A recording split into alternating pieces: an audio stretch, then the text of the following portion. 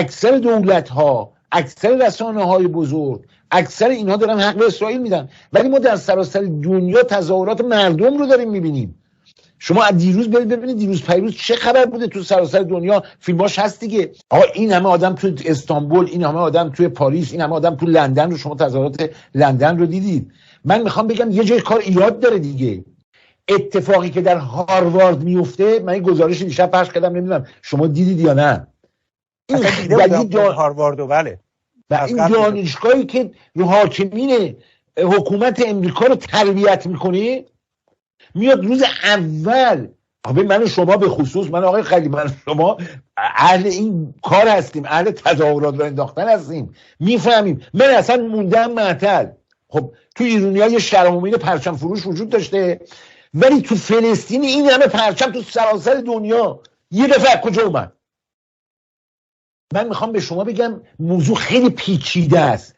الان خطر نه فقط محدود به اون مرز غزه است، خطر الان در جردن هم توسط پادشاه اردن داره احساس میشه، خطر در مصر توسط آقای السیسی احساس شده، خطر در لبنان توسط مردم لبنان احساس شده، خطر در کانادا توسط دولت کانادا الان احساس شده. و این خطر چه هست؟ این خطر برانگیخته شدن مردمی هست که به هر دلیلی تصورشون این هست که الان باید بیان در خیابان و از مظلومین فلسطین حمایت بکنن. مسئله‌ای که وجود داره و خطری که به وجود آمده این است که دولت‌ها امکان کنترل تظاهرات مردم در خیابان رو ندارن و همین دلیل برای نخستین بار شاید در تاریخ معاصر فرانسه شما می‌بینید رئیس جمهور یک کشوری میاد دستور میده که هیچ کس حق نداره بیاد در پاریس در فرانسه تظاهرات بکنه. اصلا فرانسه مهد تظاهراته. هیچ کس در تاریخ فرانسه نیامده ممنوع بکنه تظاهرات مردم رو. آقای مکرون به دلیل مسائل امنیتی، به دلیل خطری که مواجه شده، تظاهرات به نفع فلسطین یا حماس یا غزه یا هر نحوی رو به خاطر این درگیری ممنوع کرده.